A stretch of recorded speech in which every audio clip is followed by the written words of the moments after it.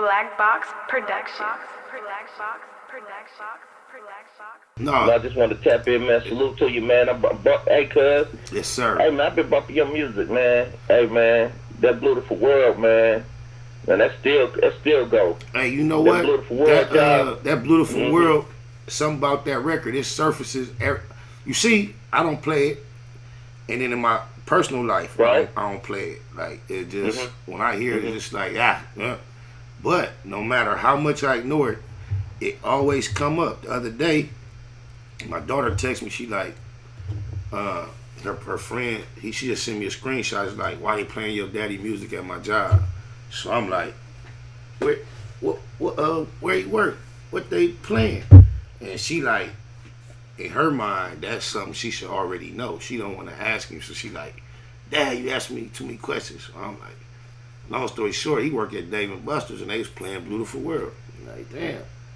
Then, out of nowhere, I get tagged in a clip the other day. It's like a European, she like a other, not like no black, like young chick, but she doing a little, she got a page, a cool little following, but she just chose for one of her clips she got on all black, the background is all white, but she playing Beautiful and she give me my little credit with the record. Just think about this though. Even outside of the record, bro, Crayola, look at the move they took on that word. Are you familiar with what Crayola did with the Beautiful word? Nah, I'm familiar. Now you saying I'm putting two and two together. They used it. Yeah, they actually, you know, the big box of crayons with like 60-something crayons in. I think it's 64. I guess that box of crayons has a traditional set of colors that is always in there. They took one of the colors out, which I believe was called dandelion yellow, and replaced it with a color called Beautiful. They have a crayon called Beautiful. Yeah. I wonder if you could have trademarked that or something like that. If you could have stamped that, I don't know. Well, I don't know this if is the it's a thing. word. I don't know. This is the thing.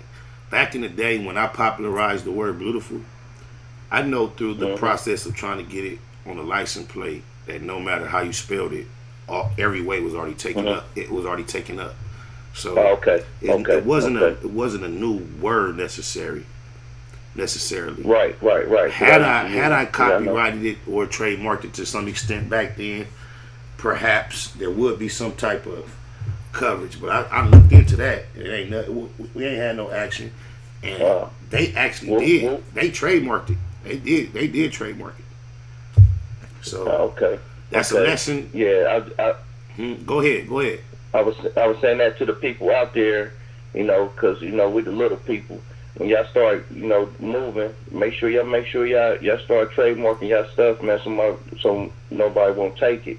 You feel me? Because it'd be a lot of that going on out here. So I just wanted to put that out there because I know I had used it, but I thought I was just making something up. Then I heard the actual album, Beautiful World. Y'all check it out by Spider Loc. My old lady was in here listening to it. She said, "Hold on, run that back." I ran it back. I thought she was familiar with it. I ran it back, so she didn't even never heard. So the that's song. something that's something that's old, that's new to her. Some old, but it's new to her. Yep. And she was like, "Man, run that back," because she know how I get down. She's like, "Run that back," and I ran it back. So it was impressive to her. That one was written a while back. So just imagine the people that hear it today. But you know what comes to mind to me sometimes? I remember back in the days when my studio was in North Hollywood, the Blue Room, and Beautiful was a current record. I can't recall how this lady entered into my energy, into my life. But it was a Caucasian lady, like in her mid-30s, late 20s, and she had a daughter that was between like 9 and 12. And I remember encountering her on multiple occasions, and all she could express to me is how Beautiful World was her daughter's favorite song, how great of a song she thought it was, and all this. Just straight purity white folks, nothing like no kind of nigga in them.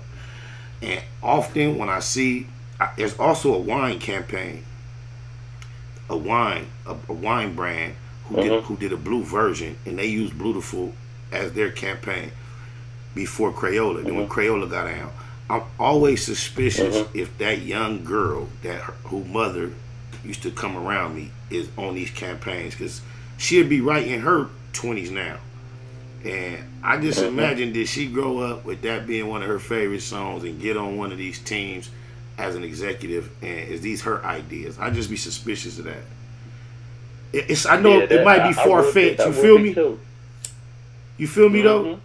Yeah, it makes sense. It makes sense because things happen like that, especially when that song is catchy like that and it sticks to you, because you'll end up harmonizing that right there once you listen to it and the words. Listen, you know what I mean? Listen to the fumble.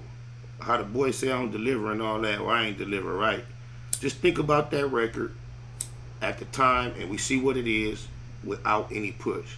But when you're on a major label and you got a record such as that and you don't receive the push, that is the label's fumble. But just imagine when it comes to having a major label behind you, having a record like that, getting the right push, the opportunities, the Dodgers, the Blue Man Group, they've had campaigns with just the Blue Skittles. There's so many marketing opportunities that are so automatic and obvious. Like right down to, it would have been perfect for Crayola had it been in the system correctly as an established. See how they grab shit and place it in. You don't even need none of the rap, just a few seconds of the hook. Yep. You're right, Spider. It's perfect backdrop for all those. It's a perfect backdrop for a campaign for any of those things we just named. Especially you from LA. Look, LA, Dodger Blue. Bro, that's all what it's about. It's Dodger Blue. Go ahead. The Beautiful World and Read Between the Lines. It just, you know, that Read Between the Lines, you know, that's one of my favorites. You know what I mean? Like I be liking to hear that because I be listening to what you be saying, and I know that's coming from your soul, homeboy, and I be feeling that. You know what I mean? But that Beautiful World is smooth. You know what I mean? The kids can listen to it. Everybody should be listening to that Beautiful World though by Spider Low. And you know what I did? Tap in and tap out. On the thank you, sir. On the original Beautiful World, my thing was to not cuss, say cuz or crip. That was my thing. If you listen to the first two verses and still make it, and that's what I was most proud of. But because you just gave us such a good introduction to this, I'm gonna do this. Read between the lines, y'all. My mama. We read between the lines. We read between the lines.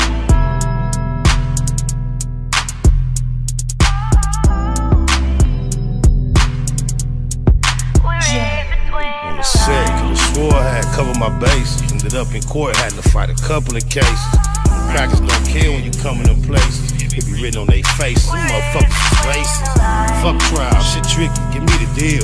I ain't never seen a real killer beat a pill. Shooter got a brighter future if he got a date. Behind the gate, lot of politics to tolerate. Sitting in the car, finna split a cigar. To my niggas on the yard, send my biggest regards. You don't wanna run it back, we already ran it. You had the fat on his back, cause I'm heavy-handed. On the catch another fade, we can follow up. But I ain't waiting all day, niggas squabble up. Gang of anger, got it all bottled up. Gang bangers, whole world follow us. Evil signs you believe, can you see the sign? Tell me who gon' lead the blind, why they lead the blind? Am I wrong, cause I'm all about me and mine? Niggas better catch on, read between the lines. Evil signs you believe, can you see the sign? Tell me who gon' lead the blind, why they lead the blind? Am I wrong, cause I'm all about me and mine? Niggas better catch on, read between the lines. Niggas clowns need to be in the circus. Putting these buckets on the turf, they defeating the purpose. The first to return when the enemy serves immediately on ease. These weenies be nerve dedicated to a section that didn't deserve us. It turned us into murderers and then the deserters. Number one lesson I learned in the pen: when you lose your respect, you can't earn it again. Smoke a lot, Classified most faded, the low won't be satisfied till all his folks made it. This cabbage patch where he caught most of the damage at. Perhaps he know a magic plastic surgeon that can manage that. Ask me, I'm just a product of my habitat. Narcotic habits where they quick to let you have it at.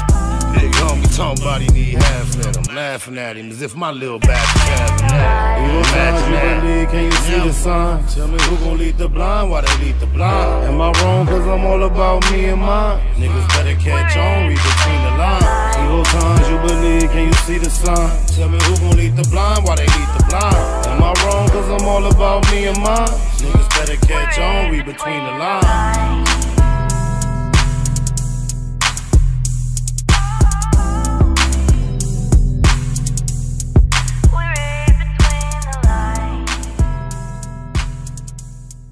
Nigga, that hustle. Big shout out to my nigga SPI, Spotter Low. You know I'm in the black box, had to come through, tap in, show love one time.